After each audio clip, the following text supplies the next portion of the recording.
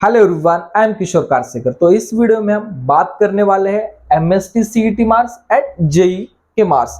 इन दोनों मार्क्स में से कौन से मार्क्स पे हमें अच्छे कॉलेजेस यहाँ पे मिल सकते हैं for state of Maharashtra engineering के लिए, इसके बारे में हम डिटेल इंफॉर्मेशन लेंगे। और जो भी स्टूडेंट्स यहाँ पे जेई मार्क्स की वजह से कुछ कंफ्यूजन करके ले रहे, इसके बारे में भी हम टोटल यहाँ पे आपके जितने भी क्वेश्चंस है वो हम यहाँ पे क्लियर करेंगे। क्योंकि मेरी जितनी इंफॉर्मेशन है, मैं इंफॉर्मेशन बताने के बाद आज जितने स्टूडेंट्स यहाँ पे पर्सनल काउंसलिंग के लिए थे, उनके जो भी यहाँ पे क्वेश्चन आए हैं, मैं वो यहाँ वन बाय वन एक क्वेश्चन लूंगा और हर क्वेश्चन की यहाँ पे आंसर देने की कोशिश करूंगा, ताकि आप सभी के डाउट्स यहाँ पे क्लियर होने चाहिए।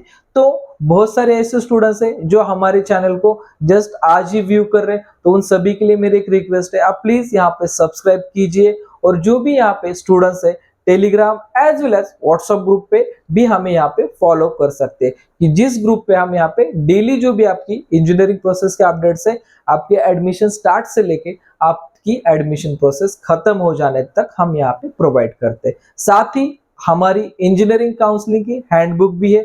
जिस स्टूडेंट्स को यहाँ पे इंटरेस्ट है वो स्टूडेंट्स हमारी लिंक या व्हाट्सएप पे मैसेज करके वो बुक यहाँ पे अवेलेबल करके ले सकता है। ठीक है, तो मेन टॉपिक है हमारा CET marks and JEE marks. अगर देखा जाए सीईटी मार्क्स में कौन कौन से कॉलेजेस यहाँ पे पार्टिसिपेट कर सकते हैं, ठीक है, तो हम यहाँ पे बात करते तो 100% किसी कॉलेज के हम यहाँ पे सीट कंसिडर करते हैं। लाइक दैट सबका फेवरेट कॉलेज है वीआईटी, और हम यहाँ पे लेंगे पीआईसीटी कॉलेज। ये दो कॉलेज के हम 100 सीट के बारे में यहाँ पे बात करेंगे।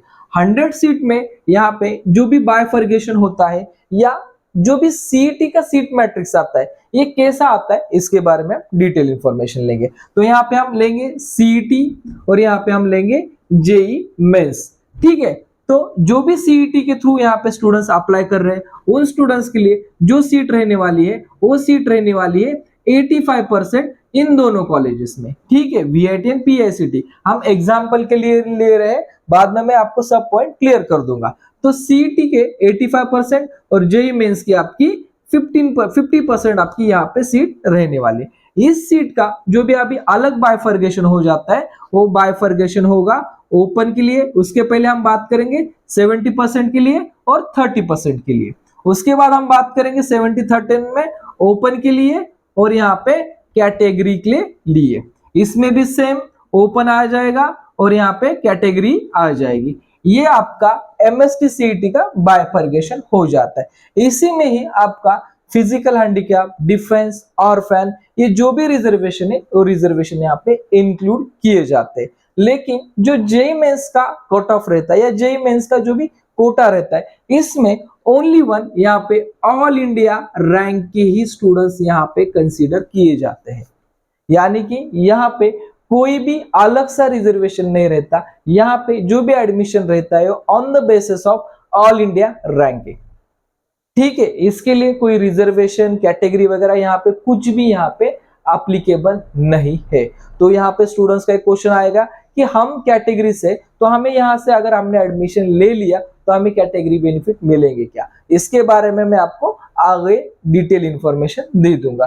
ठीक है, तो बात करते हैं अभी सीईटी के मार्क्स पे। सीईटी का तो आपको पता चला कि जो भी हमारे सीईटी के मार्क्स है, इन मार्क्स पे हमें महाराष्ट्र के, ठीक से सुनिए, महाराष्ट्र के जितने भी यहाँ पे private autonomous college, private college और महाराष्ट्र का सीयूईपी कॉलेज, एक जो हमारा गवर्नमेंट ऑटोनॉमस और सबसे टॉप कॉलेज है, इस टॉप कॉलेज में हम जेईई मार्क्स के बेसिस पे एडमिशन ले सकते हैं। मैं अगेन रिपीट करता हूं, महाराष्ट्र के private autonomous colleges, private colleges और यहाँ पे जो भी महाराष्ट्र का सीयूईपी कॉलेज है, इस कॉलेज में हम जेईई मेंस के मार्क्स के थ्रू एडमिशन ले सकते हैं। बहुत सारे स्टूडेंट्स को ये भी मैं क्लियर करूंगा कि स्टूडेंट्स को अगर government autonomous, private autonomous, only government and private और यूनिवर्सिटी डिपार्टमेंट, इन कॉलेजेस का हमने अपनी जो बुक है स्टूडेंट्स हेल्पलाइन सेंटर की, इसमें पूरा बायफर्गेशन करके आपको इंफॉर्मेशन दे दी है। और यही इंफॉर्मेशन में आपको 70% कहाँ पे आता है, 30% कहाँ पे आता है, इसके बारे में भी डिटेल इंफॉर्मेशन दे दी है। महाराष्ट्र में बस एक ही ऐसी बुक है जिस बुक में आपको ये सब डिटेल इंफॉर्मेशन आपको मिल जाती है। एज वेल एज आपको हॉस्टल फैसिलिटी अवेलेबल है या नहीं है ये भी पता चलेगा, और कॉलेजेस के फी स्ट्रक्चर क्या है, साथ ही आपको कॉलेजेस के कट ऑफ क्या है, इसकी भी इन डिटेल इंफॉर्मेशन हमने इस बुक में मेंशन की है। और इस बुक में टोटल जितने महाराष्ट्र के कॉलेजेस है उसमें से टॉप 145 कॉलेजेस की यहाँ पे इंफॉर्मेशन हमने अवेलेबल करके दे दी है। डिस्क्रिप्शन में ऑफिस के नंबर है, जिसको यहाँ पे बुक बाय करनी है वो यहाँ पे ले सकता है। ठीक है, तो आपको मैंने क्लियर किया कि सीईटी के मार्क के थ्रू हमें कौन से कॉलेजेस यहाँ पे मिल सकते हैं। अभी बात करते हैं जेई मेंस। अभी जेई मेंस के मार्क्स के बारे में अगर देखा जाए तो जेई मेंस का भी मैंने आपको अभी क्लियर किया कि जितने भी महाराष्ट्र के प्राइवेट ऑटोनॉमस, प्राइवेट और गवर्नमेंट में सीयूईपी कॉलेज, इन कॉलेजेस में आपको एडमिशन मिल जाता है। तो अभी ये ऐसा है, तो हमें जेई मेंस के लिए कुछ अलग एलिजिबिलिटी है क्या? क्योंकि सीईटी का तो हम सभी को पता है, लेकिन जेई मेंस की कुछ अलग एलिजिबिलिटी है क्या? ऐसा कुछ भी नहीं है। जैसे आपका सीईटी का यहाँ पे एलिजिबिलिटी क्राइटेरिया सेम एज यहाँ पे जेई मेंस का भी एलिजिबिलिटी क्राइटेरिया है। जितने डॉक्यूमेंट्स आपको सीईटी के थ्रू एडमिशन के लिए लगने वाले हैं, उतने ही डॉक्यूमेंट्स आपको जेई मेंस के थ्रू एडमिशन के लिए लगने वाले हैं। इसके लिए अलग से कुछ डिफरेंट क्राइटेरिया नहीं है। ठीक है, यहाँ पे स्टूडेंट्स का एक कंफ्यूजन रहता है कि जैसे जोसा काउंसलिंग में 75% के आगे जो स्टूडेंट्स है, मैं फॉर ओपन के लिए बात कर रहा हूँ, तो उन स्टूडेंट्स को ही जोसा काउंसलिंग में पार्टिसिपेट करने आता है। तो सेम क्राइटेरिया, सेम रूल यहाँ पे स्टेट में भी है क्या?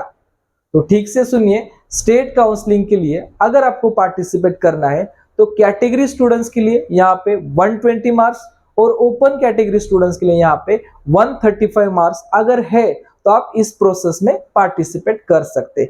यहाँ पे आपको 75% की कोई नीड नहीं है, ये क्लियर होना चाहिए आपको, क्योंकि बहुत सारे स्टूडेंट्स यहाँ पे जो भी जेईई मेंस का 75% का जो क्राइटेरिया है, ये क्राइटेरिया ओनली फॉर जोसा काउंसलिंग के लिए है। हमारी स्टेट काउंसलिंग के लिए ये क्राइटेरिया नहीं है। स्टेट काउंसलिंग के लिए हमारे लिए बस यहाँ पे 120 फॉर कैटेगरी, 135 फॉर ओपन के लिए, यही हमारा क्या क्राइटेरिया यहाँ पे रहता है।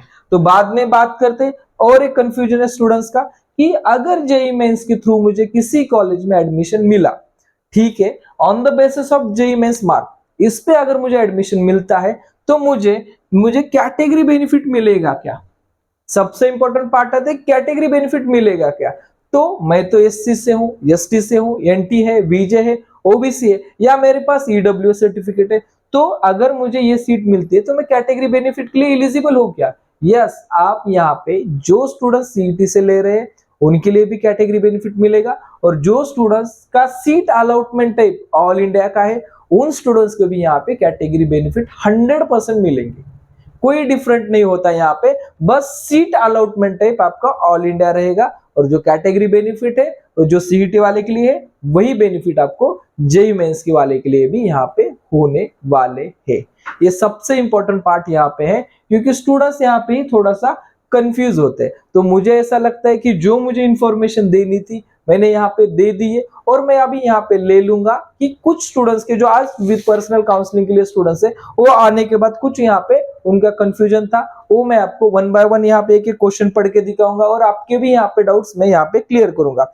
सर, मुझे 75% बोर्ड में परसेंटेज नहीं है, तो क्या मैं अपने जेईई मेंस मार्क्स का यूज सीईटी यानी कि जो भी इंजीनियरिंग एडमिशन प्रोसेस होने वाली है महाराष्ट्र की, उसमें कर सकता हूँ क्या? यस, मैंने अभी आपको क्लियर किया है कि जो भी आपका 75% का क्राइटेरिया, ये क्राइटेरिया आपने जोसा के लिए, स्टेट ऑफ महाराष्ट्र के लिए बस 120 और 135 का हमारा यहाँ पे क्राइटेरिया रहने वाला है। तो आपको कोई दिक्कत नहीं है 75 के बारे में सोचने की। ठीक है, तो यहाँ पे आपको क्लियर होना चाहिए।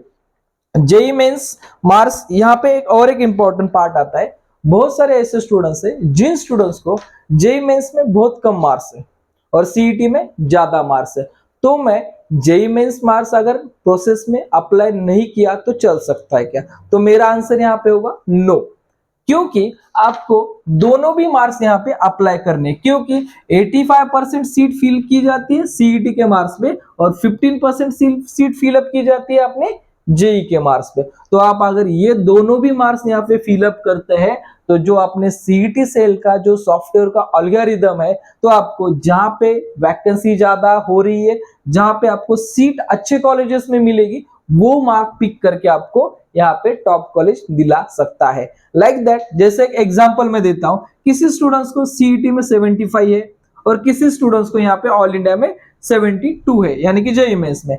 तो अगर इन केस उस कॉलेज में ऑल इंडिया की सीट वैकेंट ज्यादा हो रही है या वैकेंट है वहां पे, तो आपको सीईटी में यहाँ पे वैकेंसी नहीं है, तो आपको ये बेनिफिट आपको यहाँ पे मिल जाता है। ठीक से सुनिए, सीईटी यानी कि 85% में सीट वैकेंट ही नहीं है, लेकिन ऑल इंडिया में वो सीट वैकेंट है, तो यहाँ पे आपके 70 मार्क्स भी यहाँ पे हो तो आपका ये बेनिफिट आपको करके देता है। ये सबसे इंपॉर्टेंट पार्ट है, इसलिए आपको दोनों मार्क्स यहाँ पे फिल अप करने। और एक यहाँ पे क्वेश्चन आ रहा है कि सर मुझे 96 परसेंटाइल है या बहुत सारे स्टूडेंट्स को 95 परसेंटाइल है, तो मुझे जोसा काउंसलिंग में आईआईटी, एनआईटी, ट्रिपल आईटी इनमें अच्छा कॉलेज मिलने की पॉसिबिलिटी थोड़ी कम लग रही है, क्या मैं अपने मार्क्स का यूज महाराष्ट्र के गवर्नमेंट कॉलेज या टॉप प्राइवेट कॉलेजेस में कर सकता हूँ क्या? यस, मेरा आंसर है आपको डेफिनेटली ये मार्क आप यूज जो भी महाराष्ट्र का सीयूईपी कॉलेज है इस कॉलेज के लिए आप कर सकते हैं। साथ ही महाराष्ट्र के जो भी बीआईटी, एसपीआईटी, पीआईसीटी या डीजे सांगवी, ये जो टॉप कॉलेजेस है इसमें भी आप इस मार्क का यूज डेफिनेटली कर सकते हैं, बाय रूल बाय प्रोसेस। और एक आपको अपडेट इंफॉर्मेशन देना चाहता हूं कि कोई भी यूट्यूबर हो या कोई भी आप गूगल पे सर्च कर रहे हो, ये इंफॉर्मेशन सर्च करने के बाद, ठीक से सुनिए, इंफॉर्मेशन सर्च करने के बाद आपका एडमिशन है, एडमिशन मेरा है, तो मेरी भी एक रिस्पॉन्सिबिलिटी है कि जो भी हमारी ऑथोराइज वेबसाइट है यानी कि महासीईटी सेल, उस पे आपको खुद इंफॉर्मेशन के रूल्स रेगुलेशन चेक करके ही किसी के ऊपर ट्रस्ट करना चाहिए। क्योंकि बहुत सारे यूट्यूबर्स है, गूगल है, तो यहाँ पे ऐसा प्रमोट किया जाता है कि जो एक्चुअल रूल्स में नहीं है वो भी यहाँ पे बताया जाता है और स्टूडेंट्स यहाँ पे थोड़ा मिसगाइड हो जाते हैं। तो आपको मिसगाइड होने की जरूरत नहीं, चाहे आप मेरा भी वीडियो देख रहे हैं, जो भी मैं आपको बता रहा हूँ वो भी आपको सीईटी सेल की इंफॉर्मेशन ब्राउचर में देखना पड़ेगा। ये आपके लिए बहुत अच्छा रहेगा, क्योंकि बहुत बार कुछ सुनी सुनाई बातों पे स्टूडेंट्स मिसगाइड हो जाते, तो आपको ये नहीं करना। और काउंसलिंग ज्वाइन करते समय भी आप चाहे हमारे पास कीजिए या किसी और के पास कीजिए, तो उस काउंसलर को सच में इस प्रोसेस का कितना नॉलेज है ये आपको चेक करके ही काउंसलिंग ज्वाइन करनी पड़ेगी। क्यों बोल रहा हूं? क्योंकि आपकी 2 साल की मेहनत आप उसके हाथ में दे रहे, तो आपका बेटर करना है या लॉस करना है सिर्फ उसके हाथ में। तो आप ये सब चेक करके ही दे देना। ये सभी के लिए एडवाइस है, चाहे मेरे लिए आप मतलब काउंसलिंग ज्वाइन करें किसी और के लिए, तो मेरा भी आप इन्फो चेक करके ही आपको यहाँ ज्वाइन करना चाहिए। ठीक है, नेक्स्ट है यहाँ पे कि बहुत सारे ऐसे स्टूडेंट्स हैं कि जो स्टूडेंट्स यहाँ पे 10th कंप्लीट हो जाने के बाद 12th के लिए कहीं अदर स्टेट पढ़ाई के लिए गए हैं। ठीक से सुनिए, 10th कंप्लीट हो जाने के बाद चाहे वो राजस्थान कोटा हो गया राजस्थान का अपना, या हैदराबाद का कुछ नारायणा, चैतन्य, फिरजी, यहाँ पे अलेन, रेजोनेंस, बहुत सारे ऐसे इंस्टीट्यूट है। इस इंस्टीट्यूट में अगर आप एडमिशन के लिए गए हैं अपना महाराष्ट्र से छोड़ के, तो वो स्टूडेंट्स अगर यहाँ पे अप्लाई करना चाहते तो ये 50% में आएंगे या 85% में आएंगे? ये बहुत बड़ा क्वेश्चन मार्क स्टूडेंट्स के लिए। तो जिन स्टूडेंट्स के पेरेंट का 10 ईयर का महाराष्ट्र का डोमिसाइल है, और अगर जो स्टूडेंट्स बाहर गए पढ़ने के लिए उसका भी अगर डोमिसाइल महाराष्ट्र का है, तो वो स्टूडेंट बाय डिफॉल्ट अपने जो भी कैंडिडेट्स महाराष्ट्र के उसी कैंडिडेट में आ जाएगा, उसका कंसिडरेशन उसमें ही हो जाएगा। ठीक है, ये बहुत इंपॉर्टेंट पार्ट है, इसके लिए मैं अलग से वीडियो बनाऊंगा।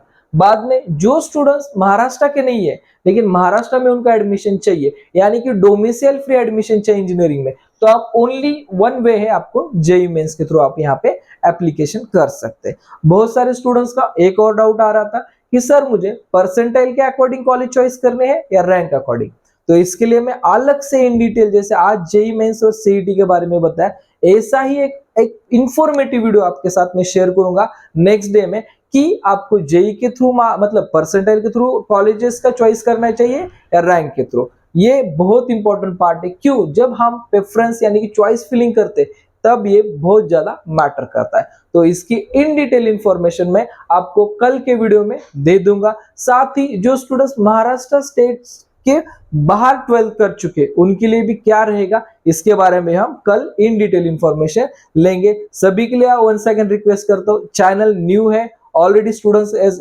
हेल्पलाइन सेंटर इस्टेब्लिश चैनल है, तो उस चैनल के लिए मैं कभी रिक्वेस्ट नहीं करता, लेकिन ये हमारा न्यू चैनल है। आपको अगर सच में इंफॉर्मेशन अच्छी लगती है तो प्लीज इस चैनल को आप सब्सक्राइब कीजिए, ताकि जितना आप सब्सक्राइब करोगे उतना ज्यादा स्टूडेंट्स तक ये इंफॉर्मेशन अवेलेबल हो जाएगी। ठीक है, थैंक यू फॉर